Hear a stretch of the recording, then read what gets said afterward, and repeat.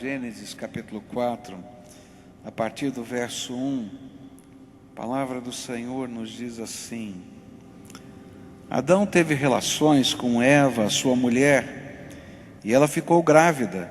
E Eva deu à luz um filho e disse: com a ajuda de Deus, o Senhor, tive um filho homem. E ela pôs nele o nome de Caim. E depois teve outro filho chamado Abel, irmão de Caim. Abel era pastor de ovelhas e Caim era agricultor. O tempo passou e um dia Caim pegou alguns produtos da terra e os ofereceu a Deus, o Senhor. E Abel, por sua vez, pegou o primeiro carneirinho nascido no seu rebanho, matou e ofereceu as melhores partes ao Senhor. E o Senhor ficou contente com Abel e com a sua oferta, mas rejeitou Caim e a sua oferta. Caim ficou furioso e fechou a cara. E então o Senhor disse: por que você está com raiva? Por que anda carrancudo? Se tivesse feito o que é certo, você estaria sorrindo. Mas você agiu mal e por isso o pecado está na porta, à sua espera. Ele quer dominá-lo, mas você precisa vencê-lo. Aí Caim disse a Abel, o seu irmão: vamos até o campo. E quando os dois estavam no campo, Caim atacou Abel, o seu irmão, e o matou. E mais tarde o Senhor perguntou a Caim: onde está Abel, o seu irmão? Não sei, respondeu Caim. Por acaso eu sou o guarda do meu irmão? E então Deus disse: por que você fez isso? Da terra o sangue do seu irmão está gritando, pedindo vingança. Por isso você será amaldiçoado e não poderá mais cultivar a terra, pois quando você matou o seu irmão, a terra abriu a boca para beber o sangue dele. E quando você preparar a terra para plantar, ela não produzirá nada. Você vai andar pelo mundo sempre fugindo. E Caim disse a Deus, o Senhor: eu não vou poder aguentar esse castigo tão pesado. Hoje tu estás me expulsando desta terra. Terei de andar pelo mundo sempre fugindo e me escondendo da tua presença. E qualquer pessoa que me encontrar vai querer me matar. Mas o Senhor respondeu: isso não vai acontecer, pois se alguém matar você, serão mortas 7 pessoas da família dele como vingança. E em seguida o Senhor pôs um sinal em Caim, para que se alguém o encontrasse, não o matasse. E então Caim saiu da presença do Senhor e foi morar na região de Nod, que fica a leste do Éden. E Caim e a sua mulher tiveram um filho, lhe deram o nome de Enoque. E mais tarde Caim construiu uma cidade e a chamou de Enoque, o nome do seu filho. Querido Senhor, dá-nos a tua graça e ajuda-nos, Senhor, nesta hora a compreender a tua palavra e aplicá-la à nossa vida e ao nosso coração. É aquilo que clamamos e oramos em nome de Jesus. Amém e amém. Você pode sentar-se.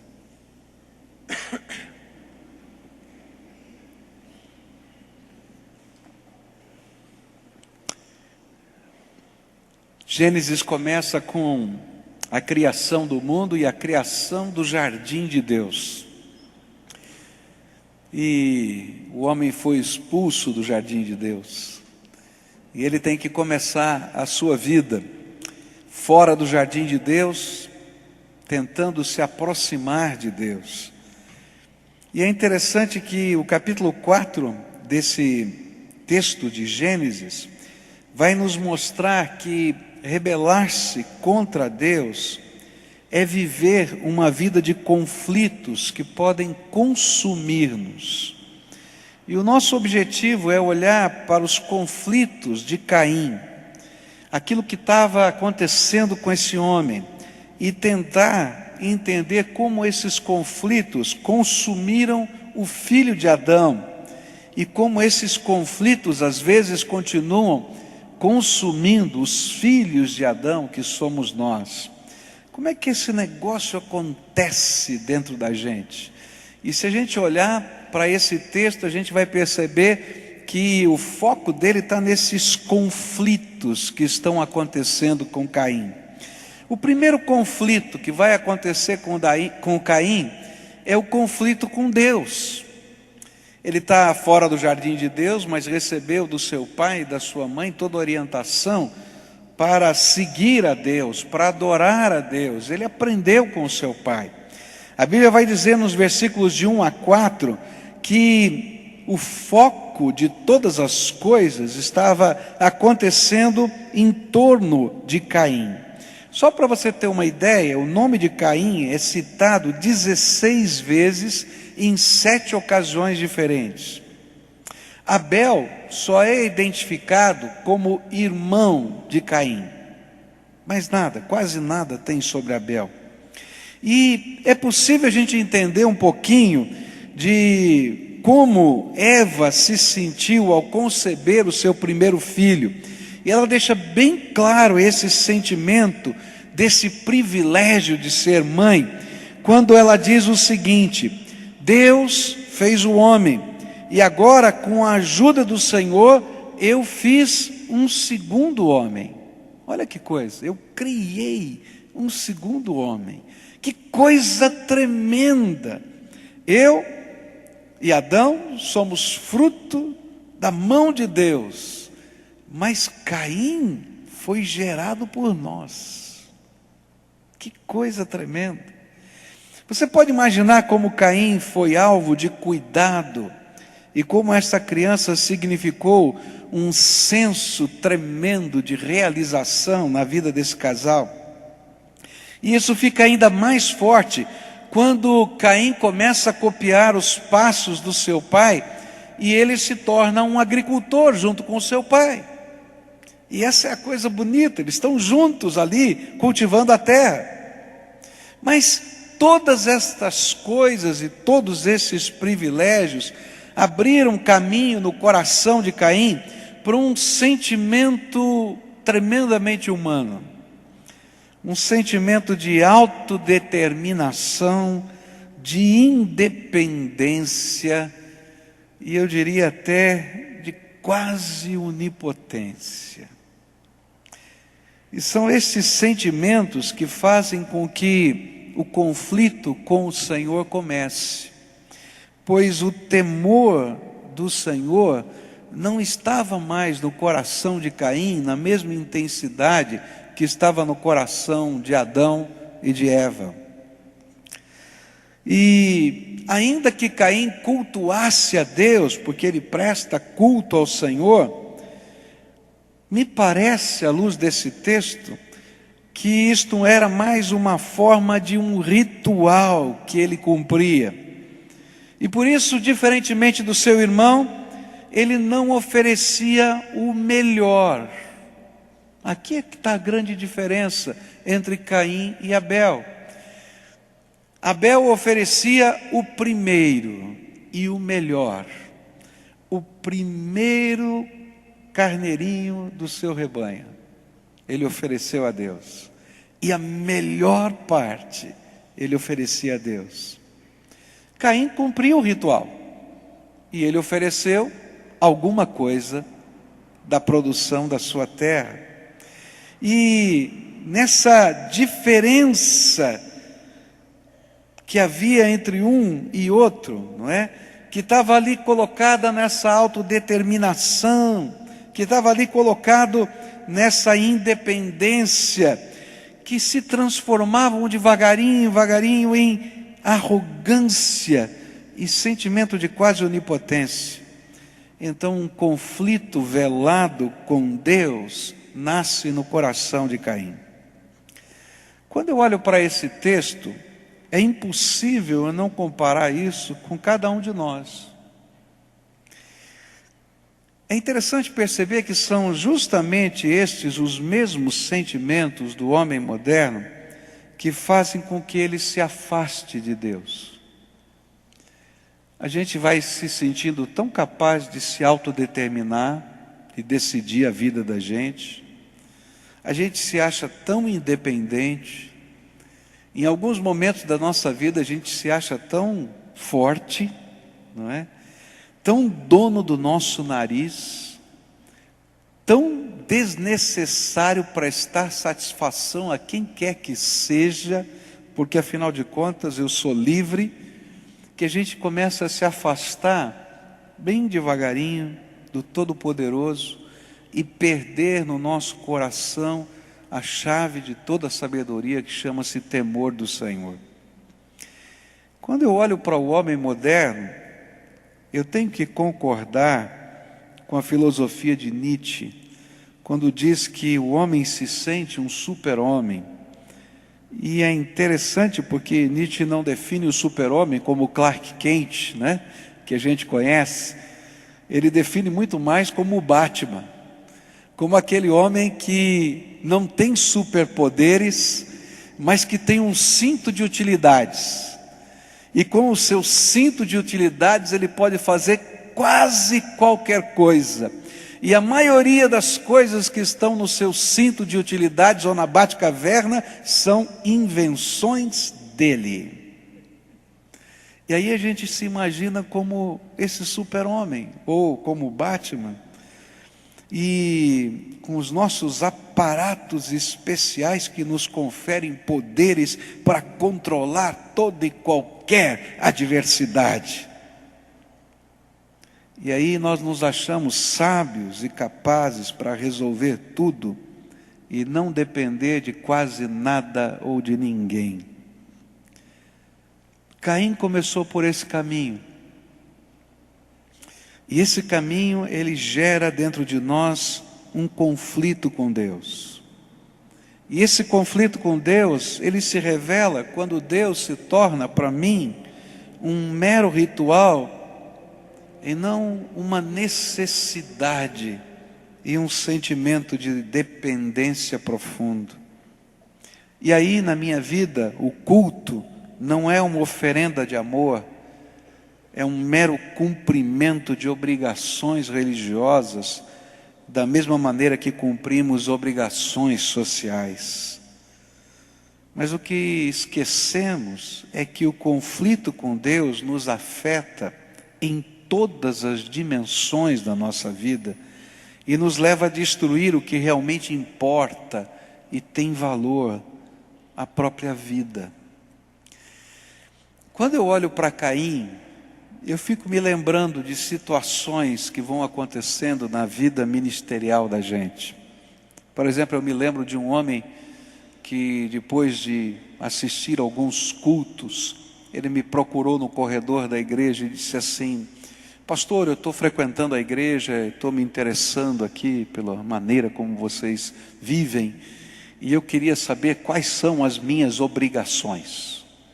E eu disse assim: como assim? Ele disse assim: quais são as minhas obrigações espirituais? E aí eu percebi que ele não tinha entendido nada.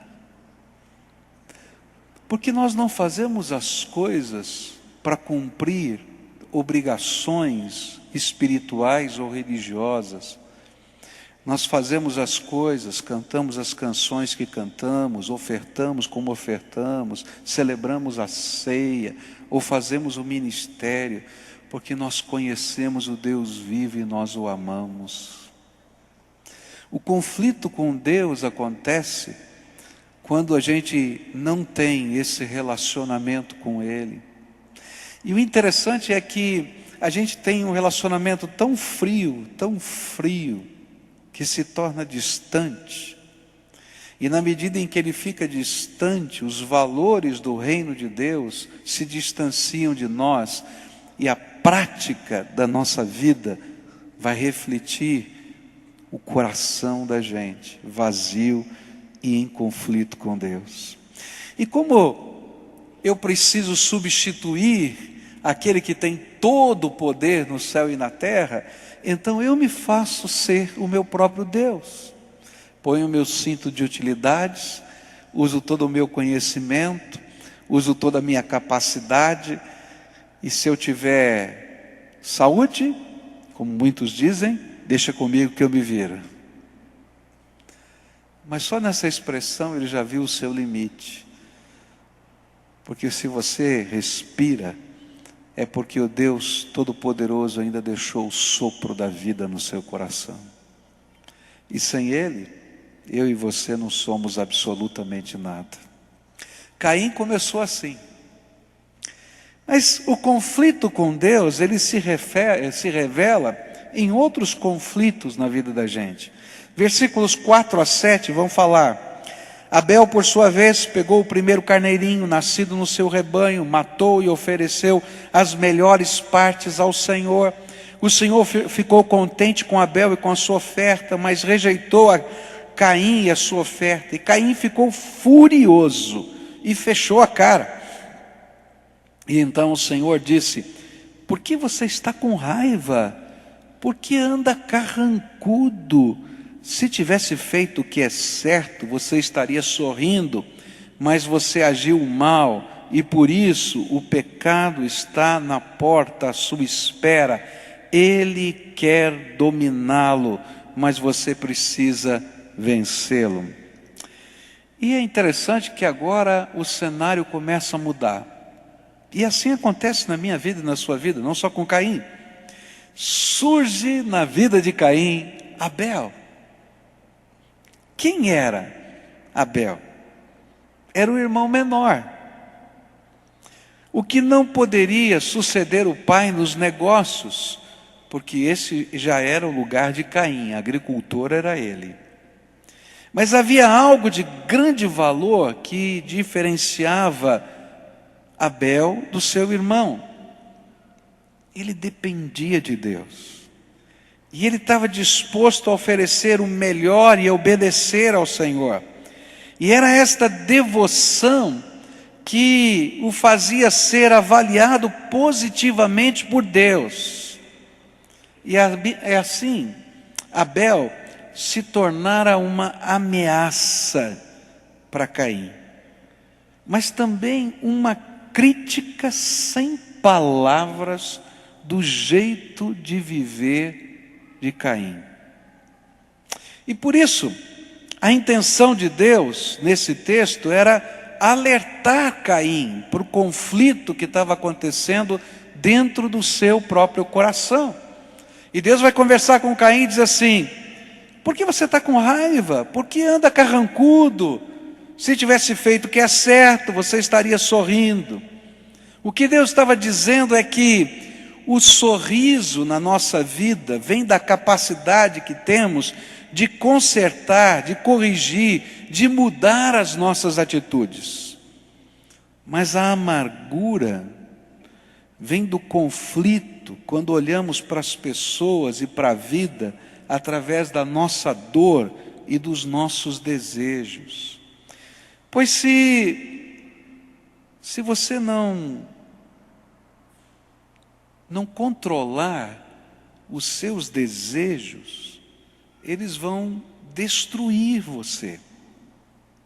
Porque começou a nascer no coração de Caim uma raiva mortal, um desejo de que Abel se desse mal. Porque quando a gente não quer se transformar para ser feliz, a gente quer que o mundo mude para a gente continuar do jeito que está e alcance a felicidade. Porque quando a gente não quer se transformar para ser feliz, todos são culpados da minha dor. Eu sempre serei a vítima da incompreensão do mundo. E eu nunca vou ser o responsável pela minha autodeterminação e pelas minhas escolhas. E assim, o conflito interior na vida de Caim começou a construir uma cortina de fumaça que impedia a sua autocrítica e que o fazia imaginar soluções que não exigiam transformação, mudança, mas que forçassem as pessoas do cenário da vida dele a se readaptarem ao Caim que estava ali. E aí a gente vai construindo, como Caim, um pensamento simplista e egoísta.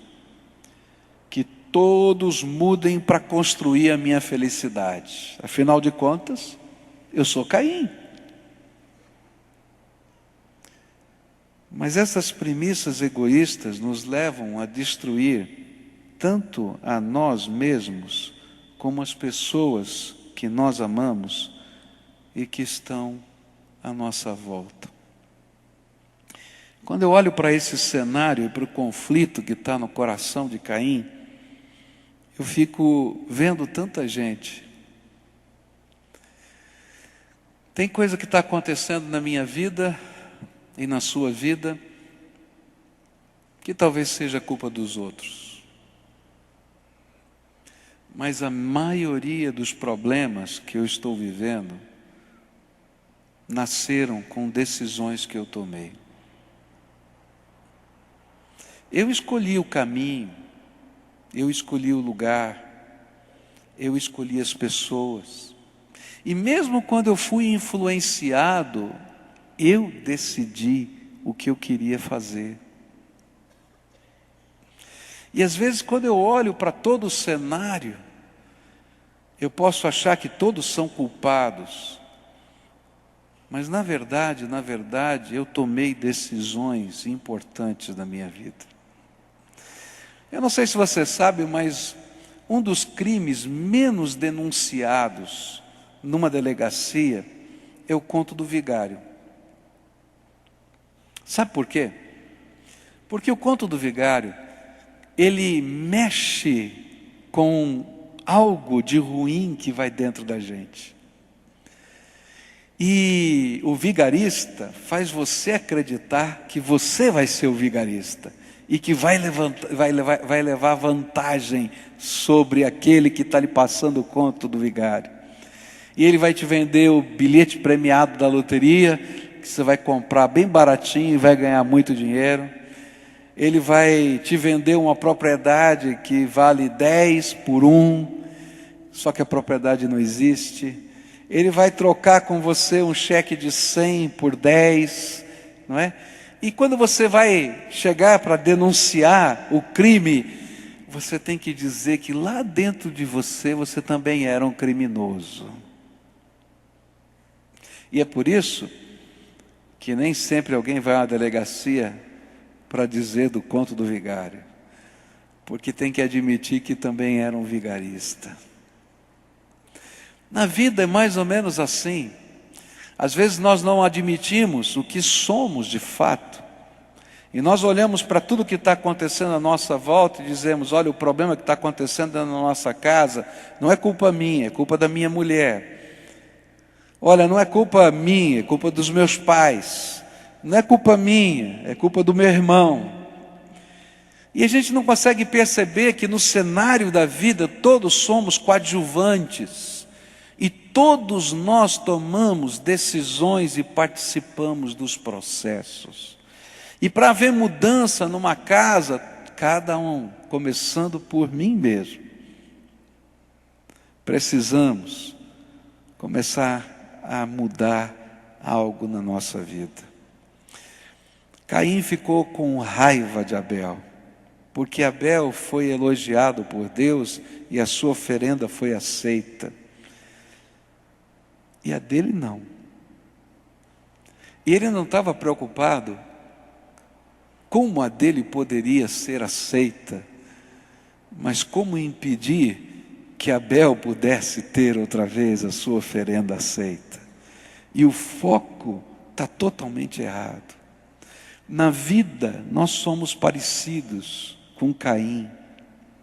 Nós mudamos o foco de direção e paramos de olhar para aquilo que Deus mesmo quer que a gente olhe. A transformação na minha vida e na sua vida só vai acontecer quando você puder olhar para dentro do seu coração e entender que o seu conflito com Deus está afetando a sua vida, porque os seus valores estão mudando. Você ficou tão egoísta que não é capaz de se submeter a Deus, quanto mais aceitar que precisa mudar no relacionamento com as pessoas. Se você não respeita nem a Deus, como é que você vai respeitar as pessoas? E essa cortina de fumaça, ela gera essa impossibilidade da gente enxergar a nossa própria vida. Bom, diante disso, surgiu o conflito com o irmão. E o verso 8 vai falar desse conflito, e não fala muito dele, só diz assim: e aí Caim disse a Abel, seu irmão, vamos até o campo. Quando os dois estavam no campo, Caim atacou Abel, o seu irmão, e o matou. A Bíblia não fala muito, só fala de uma armadilha, um convite dissimulado que criou o pretexto do assassinato.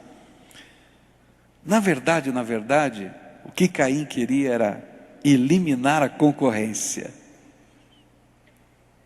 Eu acho que eu já ouvi essa frase em algum lugar. E naquele momento parecia a Caim que a maneira mais fácil de eliminar a concorrência era matar o seu irmão. Talvez pareça extremo demais. Não, esse negócio é muito extremo, o cara é meio doido. Mas é por isso que Jesus muda o foco, para a gente entender o que está acontecendo com Caim. Ele muda o foco do assassinato para o ódio e a amargura. E olha só o que a Bíblia diz, Jesus diz em Mateus 5, 21 e 22. Vocês ouviram o que foi dito aos seus antepassados, não mate, quem matar será julgado. Mas eu lhes digo que qualquer um que ficar com raiva do seu irmão será julgado. E quem disser a seu irmão, você não vale nada, será julgado pelo tribunal. E quem chamar o seu irmão de idiota, estará em perigo de ir para o fogo do inferno. Dura essa mensagem. O que Jesus queria nos ensinar? Jesus queria que a gente entendesse que é tão assassino quem mata, quanto quem odeia. Pois o que está por trás é o mesmo sentimento, eliminar a concorrência. Por isso nós matamos dentro de nós mesmos pessoas, quando nós não conseguimos mais ver alguém. Não consigo ver aquela pessoa. Quando nós não conseguimos perdoar alguém. Quando lá dentro da alma a gente quer o mal para alguém. Eu me lembro de uma vez que cheguei na minha casa e eu estava com muita raiva. Eu acho que eu já estava quase assassino. De tanta raiva. Bom, só para contar um segredinho aqui, né? Quando eu chego em casa domingo à noite, muito bravo, eu vou para a cozinha. E aí eu pico tudo. Fica tudo picadinho assim, sabe? Bem pequenininho. Mas aquele dia eu não fui nem picar os legumes. Eu fiquei lá na garagem de casa e estava muito bravo, mas muito bravo. E eu comecei a fazer uma oração daquelas imprecatórias. Você sabe o que é oração imprecatória? Senhor, põe a tua mão agora, pesa a tua mão. E assim foi aquela oração da raiva. Bom, mas eu não senti nada da presença do Senhor. Subi para minha casa, a raiva não diminuiu. No dia seguinte, eu continuava com raiva. Fui pegar o meu carro e continuei a oração imprecatória. Mas naquela hora o Espírito de Deus começou a falar comigo. E ele falou mais ou menos como falou para Caim. Ele disse assim: não posso passar a mão na sua cabeça, porque aquilo que você está vivendo agora é pecado. Está entendendo?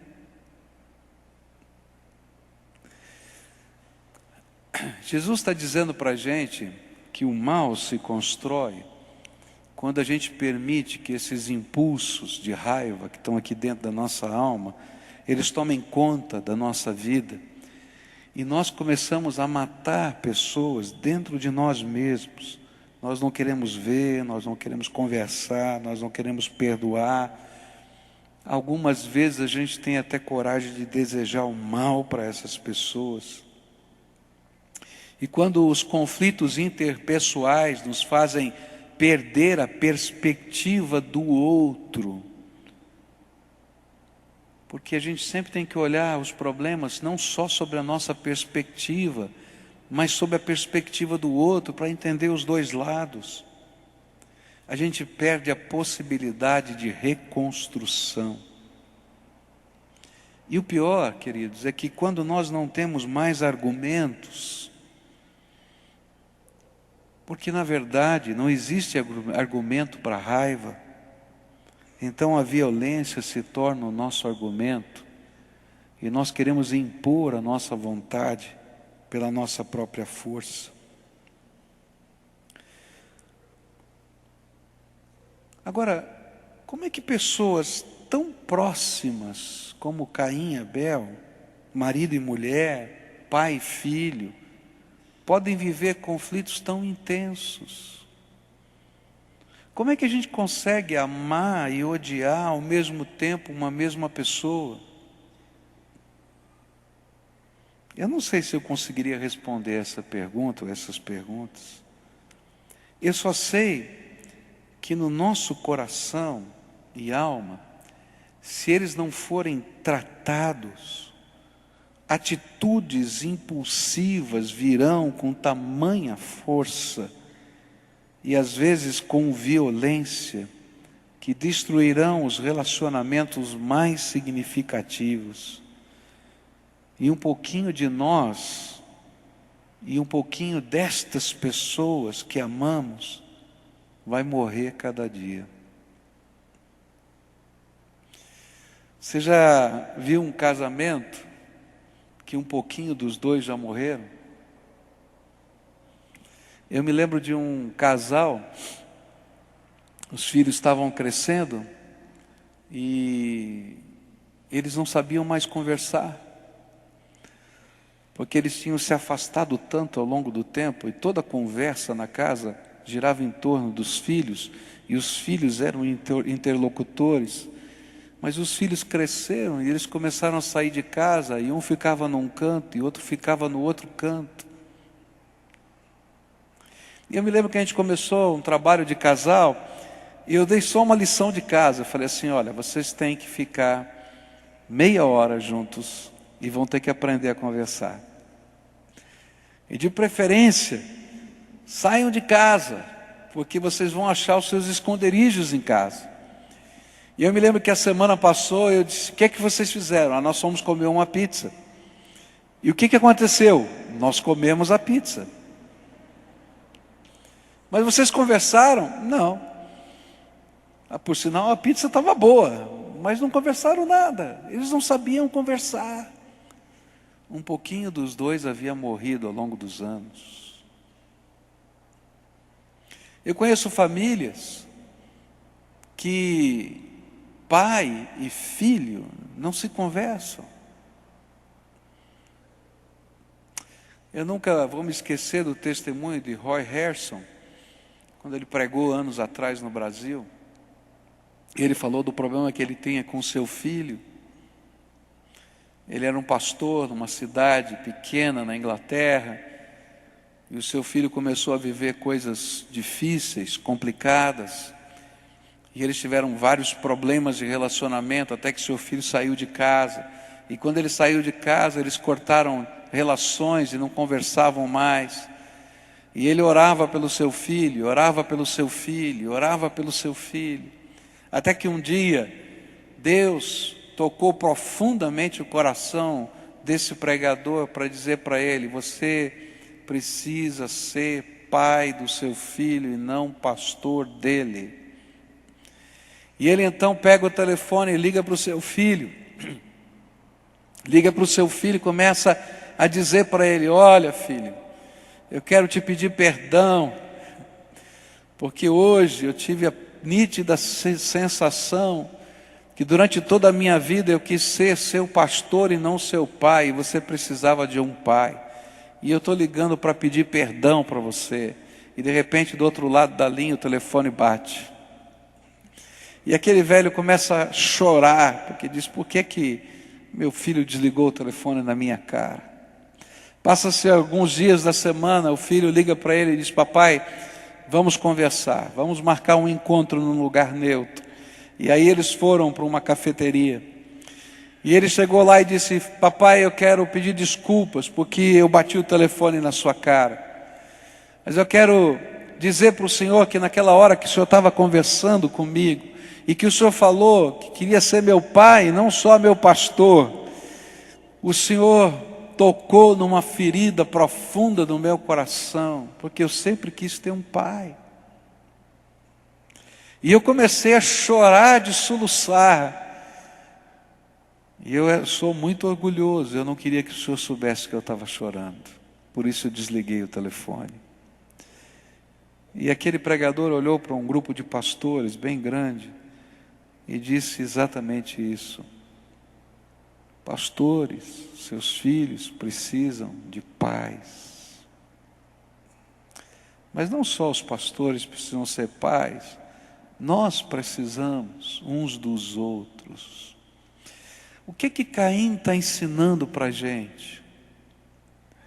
Quando a minha arrogância cresce para com Deus, que eu não sou capaz de entender que Deus é Deus e que eu sou simplesmente criatura, esse conflito gera problemas dentro do meu coração, porque eu começo a enxergar a vida como se eu fosse o centro do mundo, e eu não estou disposto a enxergar a perspectiva das pessoas. A minha quebra de relacionamento com Deus, a minha incapacidade de perceber que eu sou só criatura, me faz ser alguém altivo que não consegue se relacionar com as pessoas. E eu fico sempre exigindo que tudo e todos se adaptem a mim, sem que eu nunca me transforme, um pouquinho que seja. E quando alguém está ganhando espaço, eu vou tentar tomar atitudes para cortar as asas dessa pessoa, não deixá-la voar, nem crescer, para eliminar a concorrência. Esse é o sentimento que a Bíblia chama de sabedoria humana, que é carnal e diabólica. Nessa manhã eu queria que você olhasse para o seu coração. Nós vamos daqui a pouquinho celebrar a ceia do Senhor, e a palavra do Senhor nos diz que antes de comer do pão e beber do vinho, a gente precisa fazer uma coisa: examinar-se a si mesmo. Um dos propósitos de Deus em colocar esses elementos, o pão e o vinho, é sempre nos lembrar a possibilidade de transformação. Jesus morreu na cruz porque esse homem, Caim, que sou eu e você, precisa de transformação. O sangue de Jesus nos purifica de todo o pecado, e Ele pode zerar o meu passado, mas é o poder do Espírito entrando na minha vida, porque através daquilo que Jesus fez, o Espírito de Deus entra no nosso coração, para transformar a nossa mente e os nossos valores. E eu quero dizer para você, a tua família precisa dessa transformação, a tua casa precisa dessa transformação, você precisa dessa transformação, os teus relacionamentos precisam dessa transformação. E Jesus veio a esse mundo para promover transformação interior e exterior. Não adianta a gente ter uma religião como Caim, que a gente conhece todas as oferendas e obrigações, mas que não vive transformação. Esse é o tipo de culto que Deus não aceita. Não adianta a gente estar num domingo na igreja e a gente saber um monte de versículos de cor, mas ser uma pessoa que agride, machuca, quebra o outro por dentro, porque os valores do reino de Deus não mudaram a sua vida. O que a gente precisa é que o Senhor Jesus nos transforme, que a gente tenha olhos bons para perceber a graça e a misericórdia do Senhor na nossa vida.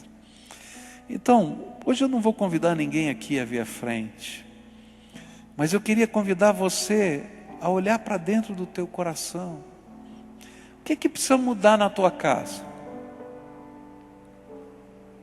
O que precisa mudar no teu relacionamento com o teu filho, com a tua filha? O que precisa mudar com aquele teu amigo que você cortou relações há tantos anos?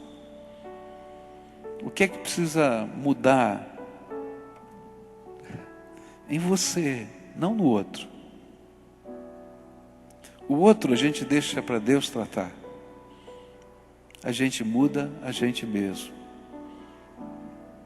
E a gente estende a destra da misericórdia. Por isso que quando Jesus falou sobre o ódio, ele dizia assim: olha, se você tem uma oferenda para trazer a Deus, deixa do lado ali no altar, vai, reconcilia-te com teu irmão, depois volta e traz a oferenda a Deus. Muda os teus olhos e deixa Deus mudar o teu coração. E se você não consegue, porque às vezes, humanamente falando, a raiva está tão forte dentro da gente, a dor está tão forte dentro da gente, então você precisa da ajuda do Espírito Santo.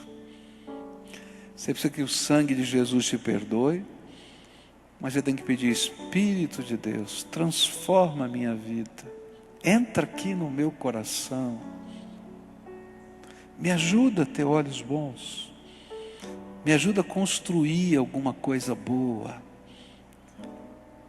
me ajuda a aproximar das pessoas. Me deixa não apenas querer mudar o outro, porque isso é eliminar a concorrência, mas que eu comece mudando a mim mesmo, com a tua misericórdia, com a tua graça. Senhor Jesus, escuta a oração do teu povo nessa manhã. Há tanto de Caim em nós, há tanto de Caim em nós, e é triste a gente olhar para Caim e ver que existe tanto de Caim em nós. E eu te peço em teu nome, Jesus, por favor, vem com a tua graça, para que através do poder do teu Espírito haja transformação na nossa vida. Que o convite para levar ao campo não seja uma armadilha dissimulada, mas que o convite seja uma expressão do amor e da fraternidade. Que o Senhor se manifeste em nós. Faz um milagre na nossa vida, mas não um milagre do lado de fora, mudando todas as coisas para que fique bom para a gente, mas faz um milagre começando em nós, para que nós, sendo transformados pela tua graça, possamos impactar o meio em que a gente está, e a beleza do Senhor motive pessoas a serem transformadas também. Abençoa a casa, abençoa a família, abençoa os relacionamentos, e faz da gente, Senhor, menos Caim e mais servos de Jesus nessa terra. É aquilo que oramos no precioso nome de Cristo. Amém e amém.